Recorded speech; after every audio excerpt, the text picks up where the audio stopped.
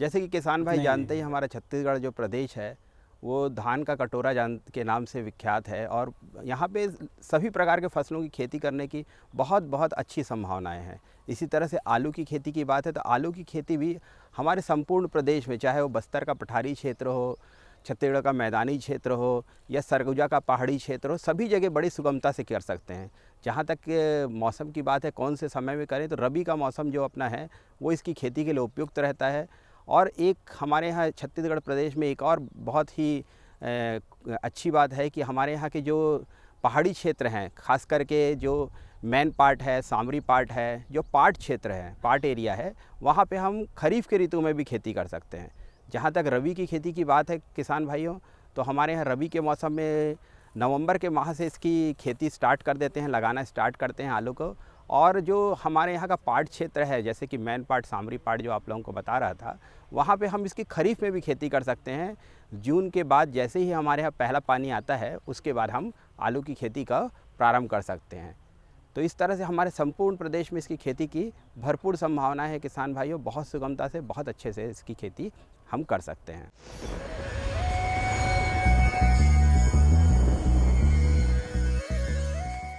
आज तो वसूली करके ही जाऊंगा। घनश्याम, अरे ओ घनश्याम। वो तो स्कूल गए हैं। स्कूल गया है। अरे बहाना तो ढंग का बनाती। हाँ लाला, मैं स्कूल ही गया था, फार्म स्कूल। जहाँ किसानों को सिखाई जाती है खेतों में पैदावार बढ़ाने की हर बात, जैसे मिट्टी के हिसाब से सही खाद, बढ़िया बीज और जरूरत के मुताबिक कीटनाशक, ताकि कम लागत में अधिक मुनाफा। ये पकड़ लाला, तेरा हिसाब साफ।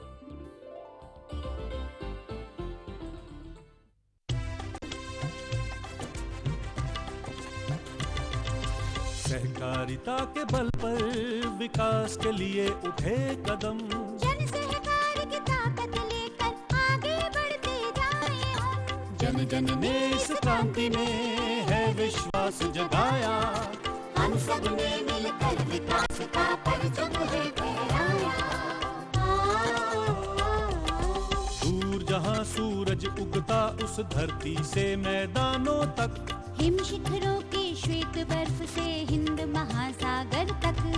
श्वेत क्रांति हो, हरित क्रांति या ग्राम विकास की बात, एकता ही धर्म हो अब चाहे दिन हो या रात। कृषि मंत्रालय भारत सरकार द्वारा जनहित में जारी।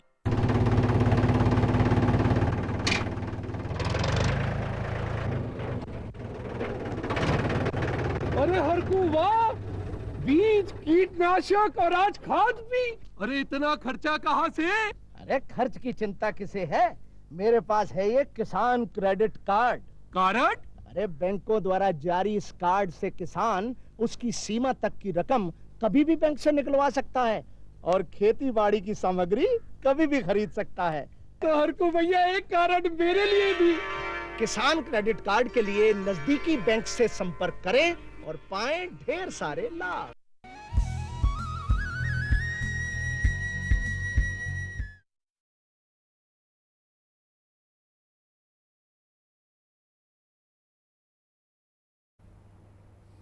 कृषि दर्शन के देखैया जम्मू संगवारी हो, राम राम जय जोहार। संगवारी हो, हमारे सजीव फोन इन में आप मन के स्वागत है। स्वरोजगार के एक सुघर साधन मछली पालन घलो खरे संगवारी हो। चाहे आप मन हा मछली पालन ला स्वयं करो, चाहे समूह के माध्यम से करो। और ये मछली पालन ला प्रोत्साहन दे बर ढेर अकन योजना हमार सरकार हा घलोक निकाले है।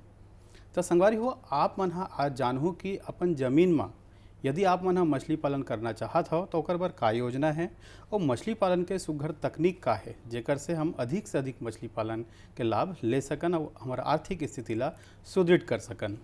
संगवारी ये विषय में ढेर कन चर्चा करबो, गोटबात करबो और ये विषय में आप मन हा सीधा हमार टोल फ्री नंबर के माध्यम ले हमार जन एक्सपर्ट महोदय है ओकर से गोटबात कर सकत हो।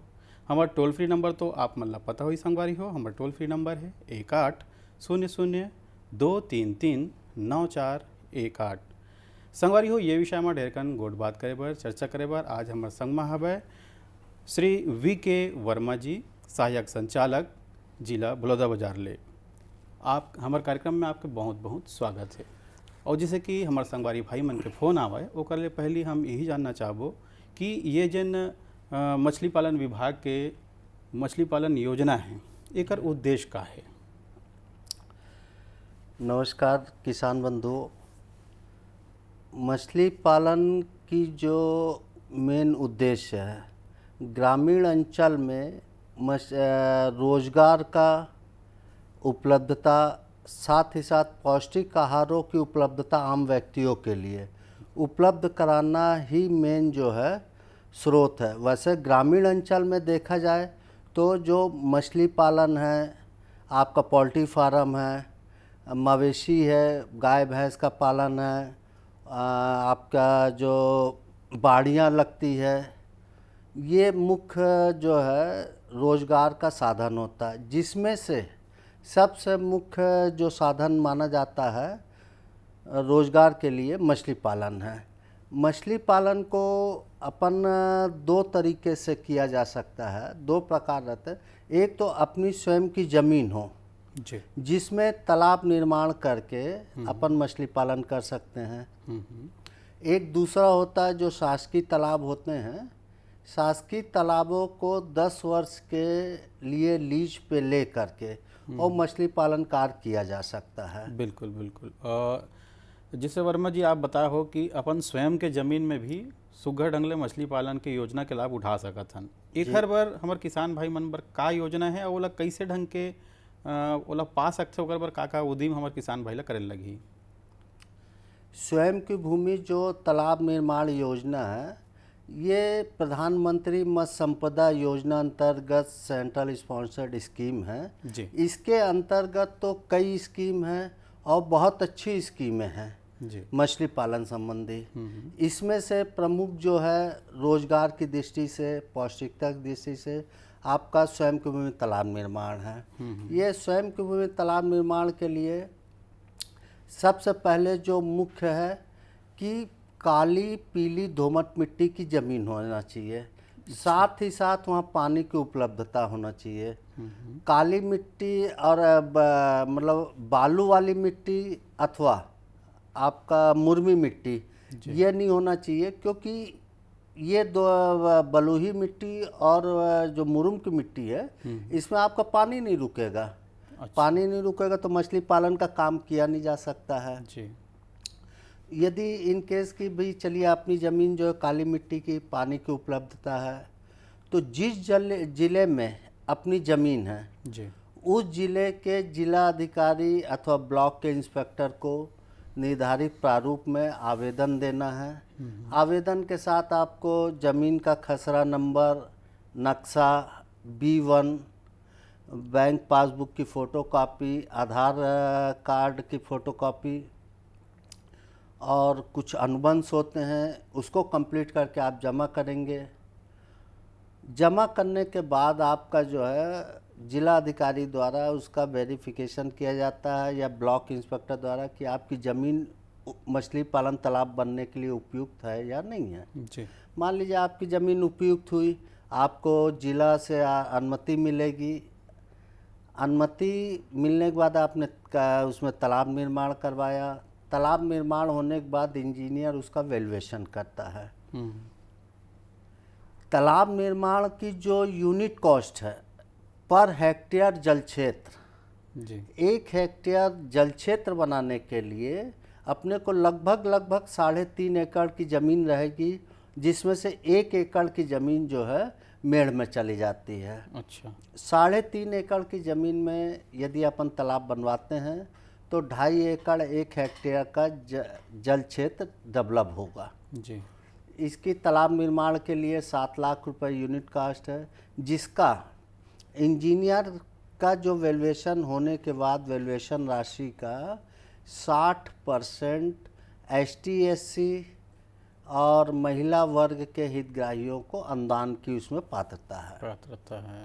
और जो पिछड़ा वर्ग पुरुष वर्ग है, आवेदक हैं, उनको 40% अनुदान की पात्रता है जी। और यदि तालाब की हितग्राही ने तालाब बनवाया है, तालाब की श्रेणी में उसका जल क्षेत्र डेवलप है, तो पहली बार उसको जो है पर हेक्टेयर में 4 लाख रुपए का इनपुट्स पे अनुदान 4 लाख यूनिट कॉस्ट है पर हेक्टेयर पे, जिसमें 60 और 40% का उसको अनुदान मिलेगा। जी जी जी जी। ये तो अपना तालाब निर्माण का यूनिट कॉस्ट हो गई। यूनिट कॉस्ट हो गया। जी जी जी।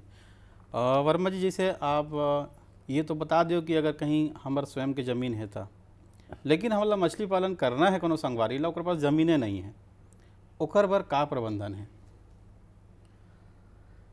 स्वयं की अपने पास ज़मीन नहीं है पर मछली पालन करना है, रोज़गार से जोड़ना है अपने को जी, तो उसके लिए ये है कि गांव में शासकीय विलेज टैंक होते हैं। अच्छा।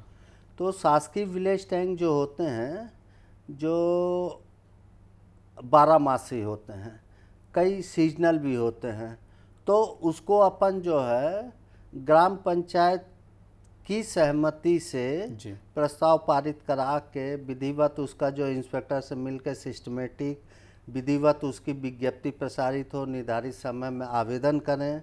ग्राम पंचायत से उसका जो है प्रस्ताव पारित होने के बाद विहित प्राधिकृत अधिकारी के अनुमोदन, विहित प्राधिकृत अधिकारी 10 साल का पट्टा दिया जाता है, तो इसके विहित प्राधिकृत अधिकारी कलेक्टर महोदय होते हैं संबंधित जिले के जी। उनकी अनुमति से 10 साल के लिए आप पट्टा ले सकते हैं, उसमें भी मछली पालन कर सकते हैं और नॉर्म के अनुसार सीड स्टॉकिंग करें और उसको हार्वेस्ट करके और रोजगार उपलब्ध हो सकता है हो उसमें। सकता है, बिल्कुल। बहुत सुघर बात ला बताया हो आप। अगर हम बात करते हैं कि तकनीकी के कि मछली पालन में तकनीकी कोनो प्रकार की विधि है, तो जब हम तालाब के निर्माण करते हैं वो समय हमला कौन कौन से तकनीकी बात के ध्यान रखना चाहिए कि जेकर से हमारे तालाब के निर्माण है विधिवत तो बहुत अच्छा से होए? देखिए, अगर अपन तालाब निर्माण करा रहे हैं, तालाब निर्माण के लिए ये है कि उसकी गहराई अच्छी हो। गहराई कम से कम तालाब जब निर्माण करवाते हैं 3.5 फीट की गहराई रहे। यदि थोड़ा उससे ज़्यादा भी है, 5 फीट भी अपन ने किया, भरपूर पानी रहेगा, मछली की ग्रोथ अच्छी होना है, तो मिनिमम 3.5 फीट गहरा करें। वो जो मिट्टी निकलती बंड बनती है तो करीब कोई 6.5-7 फीट गहराई हो जाती है तालाब की, तो मिनिमम गहराई उसकी रखें और उसमें टाइम टू टाइम पानी कम से कम 4 फीट मेंटेन करके उसको रखना चाहिए। और ख़ास करके गर्मी के मौसम में 4 फीट पानी 5 फीट पानी रहना चाहिए, क्योंकि गर्मी के मौसम में जल स्तर बहुत निरंतर कम होता जाता है। बिल्कुल बिल्कुल। और मछली की जो ग्रोथ आती है वो आती है आपका गर्मी के मौसम में। अच्छा। सबसे ज़्यादा मछली में ग्रोथ जो आएगी गर्मी के मौसम में आएगी। मछली जो फीडिंग भी करेगी, खाना खाएगी, वो गर्मी में ज़्यादा खाएगी। अच्छा।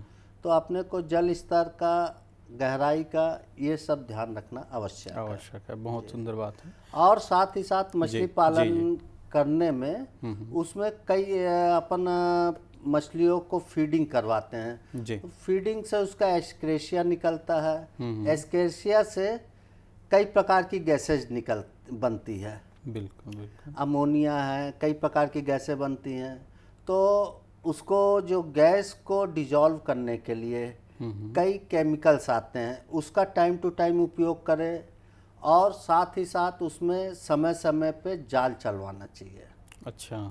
जाल चलवाने से पानी पलटता है तो गैसेस जो है बाहर हो जाती है। गैस जो वेस्टेज गैस बाहर होती हैं उससे मछली ग्रोथ में ठीक रहता है पानी। बिल्कुल बिल्कुल जी। बहुत सुंदर बात ला बताया हो। अब बताओ कि जैसे एक हमारे किसान भाई यहाँ तालाब के निर्माण कर ले है, वो ला कौन कौन सा प्रकार के मछली ला डालना चाहिए? का मछली का अच्छा ग्रोथ होते है, वो जल्दी से बाढ़ होते हैं? देखिए, तालाब बनने के बाद जो मछली के स्पीसीज का चयन है वो 2 प्रकार की है। मछली का अपन पालन कर सकते हैं। एक है पंगेसिया सूची जी, मोनोसेक्स तिलापिया, और दूसरी जो प्रकार की मछली है IMC, भारतीय मेजर कार्प। भारतीय मेजर कार्प के अंतर्गत आपका कतला, रोहा, मृगल ये मछली आती हैं। और पंगेसिया सूची और मोनोसेक्स तिलापिया अपन अगर कल्चर करते हैं तो ये मछली हाई डेंस में ज़्यादा मात्रा में पर हेक्टेयर में अपन स्टॉक कर सकते हैं। अच्छा। पर साथ ही साथ इसको जो है अपने को सब फीडिंग कराना ज़रूरी है। बिल्कुल बिल्कुल। ये जो पंगेसिया सूची प्रजाति रहती है, मोनोसेक्स तिलापिया प्रजाति है, ये अपने औसत लाइफ आने में 1 किलो औसत लाइफ आने में करीब करीब 1.5 किलो खाना खाती है। अच्छा। और जो आईएमसी प्रजाति की मछली होती, कतला, रोहा, मृगल, ये 450 ग्राम खाना खाती है 1 किलो एवरेज लाइफ आने में। अच्छा अच्छा अच्छा अच्छा।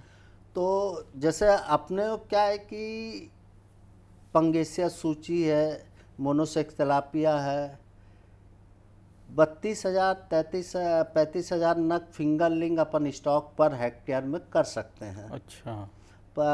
और मछली का जो अपने को स्टॉकिंग करना चाहिए, फिंगरलिंग 4 से 5 इंच साइज की मछली का स्टॉक करना चाहिए। उस साइज की मछली को स्टॉक करने से अपना मोर्टेलिटी रेट नहीं कम रहता है। बिल्कुल बिल्कुल। और जैसे कि हम जैसे आप बात कर रहे थे कि फीडिंग के जी, तो एक अतिरिक्त आहार के रूप में हमारे किसान भाई मन मछली पालन करत है मान लो, तो वो लोग का चीज़ खवाना चाहिए? देखिए ऐसा है कि मछली भी एक जीव है। बिल्कुल। जैसे इंसान है, इंसान नॉर्मली तौर से चावल, दाल, रोटी, सब्जी खा रहा तो उसका वेट, स्किन कलर अलग रहेगा जी। और चावल, दाल, रोटी, सब्जी के साथ साथ प्रोटीनियस चीज़ भी खा रहा है तो उसका वेट, स्किन कलर, स्किन स्वास्थ्य अलग ही रहेगा। इसी प्रकार मछली भी जीव है। तो मछली जो है तालाब में नेचुरल चीज़ को जो खा रही है उसमें उसका वेट, शरीर, स्किन अलग रहेगा। यदि उसको फीडिंग के रूप में अपन सप्लीमेंट्री आहार रेडीमेड आता है जी, उसको अपन दें और प्रोटीनियस चीज़ खिलाए तो उसके बॉडी वेट में अंतर आता है और मछली हेल्दी भी रहती है, कम समय में ग्रोथ कर जाती है। तो जहाँ भी मछली अपन पाले तो उसको खाना खिलवाना चाहिए, फीडिंग करवाना चाहिए। जी जी जी। आजकल तो फीडिंग जो मछलियों का समझ लिए कई कंपनियां बना रही हैं जो प्रोटीन % के हिसाब से उनके रेट तय होते हैं और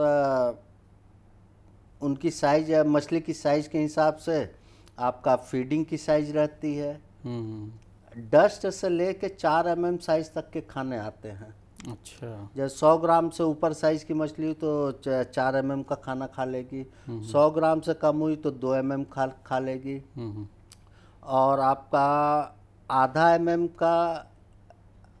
mm साइज की मछली हुई तो वो जो है आपका डस्ट, उसको पाउडर उपयोग किया जा सकता है। बिल्कुल बिल्कुल। तो आज की डेट में फीडिंग की उपलब्धता अपने यहाँ छत्तीसगढ़ में, मछली बीज की उपलब्धता की कोई दिक्कत परेशानी नहीं है। बहुत पर्याप्त मात्रा में सीड प्रोडक्शन भी हो रहा, फीडिंग भी उपलब्ध है। साथ ही साथ ये जो कंजम्पशन है मछलियों का, हितग्राही 100 टन माल तैयार कर ले, उसे कंजम्पशन या मार्केटिंग में कोई दिक्कत नहीं, कोई परेशानी नहीं है। जी जी जी, क्योंकि खपत है, वैसे खपत काफ़ी है। जी जी बिल्कुल बिल्कुल।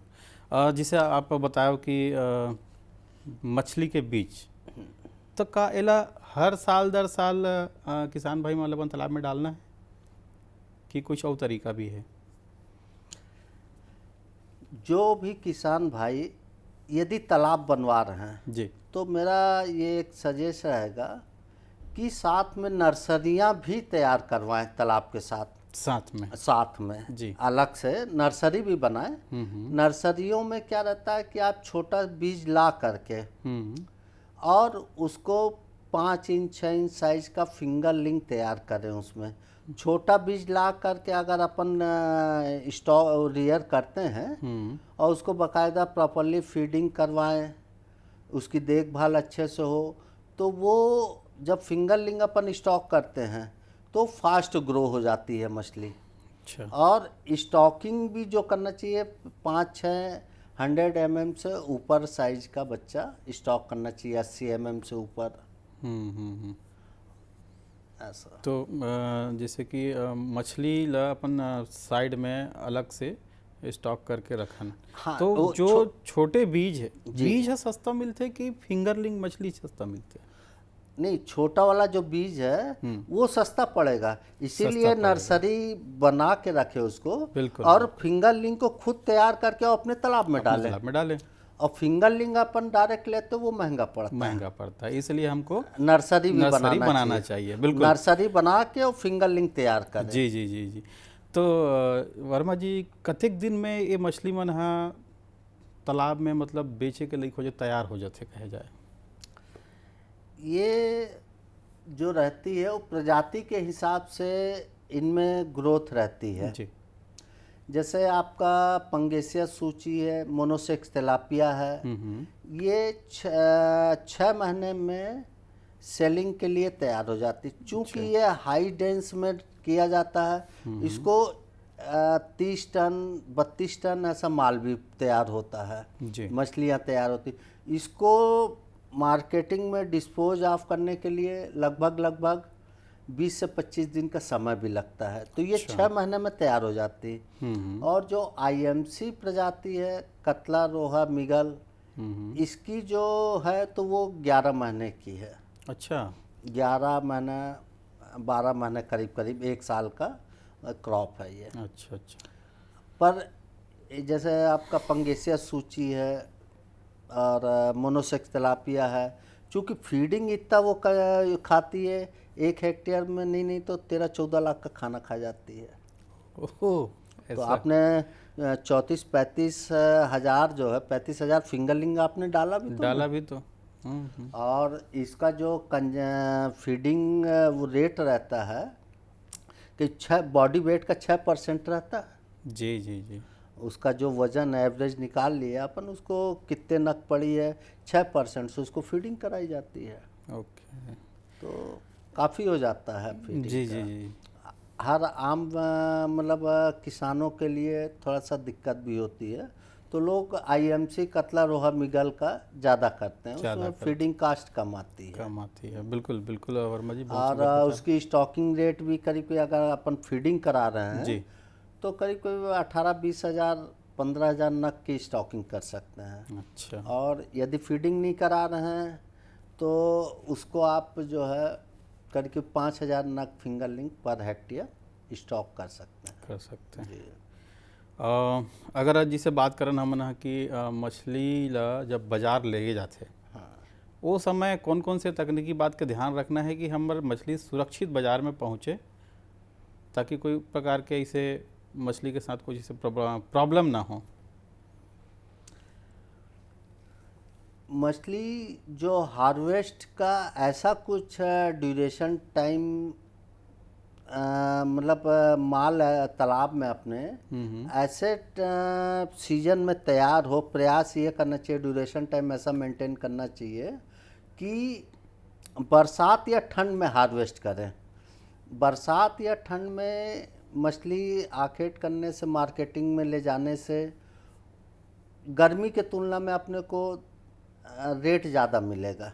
अच्छा, शुरुआत से इसका ध्यान रखना पड़ेगा। हाँ, इसको अपन लाइफ साइकिल कुछ ऐसा मेंटेन करके चले कि ठंड में हार्वेस्ट हो या बरसात में, क्योंकि गर्मियों में क्या रहता है कि आपका सब तालाबों का पानी कम होता है, माल ज़्यादा आते हैं। बिल्कुल। तो जैसे अपना परिवहन का आपने बोला, परिवहन में क्या रहता है कि गर्मी के दौरान इसको जैसे हार्वेस्ट हुई मछली, तो अपने को ऐसा हार्वेस्टिंग करना है कि सुबह 9-10 बजे तक 10 बजे तक माल बाहर आ जाए, मछली हार्वेस्ट हो जाए। टेम्परेचर बढ़ेगा तो इसको जो मछली स्पॉइलेज होने का डर रहेगा। बिल्कुल। तो मार्केट ले जाते समय अपने को बर्फ़ की व्यवस्था रहना चाहिए और कुछ जली वनस्पतियां आती हैं जिसको जो चीला हाइड्रिला वगैरह बोलते हैं, तो बर्फ़ है और चीला है, इनसे ढक के मार्केट। अच्छा, 1.5-2 घंटा लगता भी है, तो गर्मी के समय में थोड़ा स्पॉइलेज होने के ज़्यादा चांसेस ज़्यादा रहते हैं। बर्फ़ की बहुत ही आवश्यकता पड़ती है हार्वेस्ट मछली को। जी जी। अच्छा वर्मा जी, मछली पालन बर और कौन कौन के प्रकार की योजना है जेकर लाभ हमारे किसान भाई मन उठा सकते हैं? मछली पालन के लिए तो वैसे प्रधानमंत्री मत्स्य संपदा योजना अंतर्गत काफ़ी योजना है जिसका लाभ ले सकते हैं।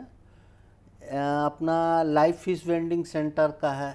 लाइव फिश वेंडिंग सेंटर, यदि कोई हितग्राही मछली की दुकान करता है, मछली बेचने का काम करता है, अच्छा। उसकी अपनी स्वयं की ज़मीन है, उसमें वो दुकान बना करके वो दुकान खोलना चाहता है, उसमें है आपका अनुदान है। वो यूनिट कॉस्ट 10 लाख रुपए 4 व्हीलर गाड़ी पे है, 10 लाख रुपए आपका दुकान पे है जी जी। और उसका 60% और 40% अनुदान मिल जाता है। और भी ऐसी कई योजनाएं हैं जी जी जी। और सहकारी समितियां हैं जो स्टेट की योजनाएं हैं। बिल्कुल। और कुछ जो पट्टा धारक होते हैं उनको अपन जाल प्रोवाइड करते हैं, जाल देते हैं मत्स्य खेत के लिए सहायता के रूप में। को मार्केट में फुटकर मछली विक्रेता होते हैं। वर्मा जी, समय के अभाव है, हम लोग जाए ला पड़ी। आप बहुत सुघर जानकारी हमारे संगवारी भाई मोला दे हो, एक बार आप लोग बहुत बहुत धन्यवाद। संगवारी हो, आपन भी सुने देखो कि कैसन ढंग के आप मन है स्वरोजगार ला अपना सकत हो मछली पालन के, तो आप मन अपन क्षेत्र में जरूर प्रयोग करूँ। अगले अंग में फिर मिलबो, तब तक बर जय जोहार। जय।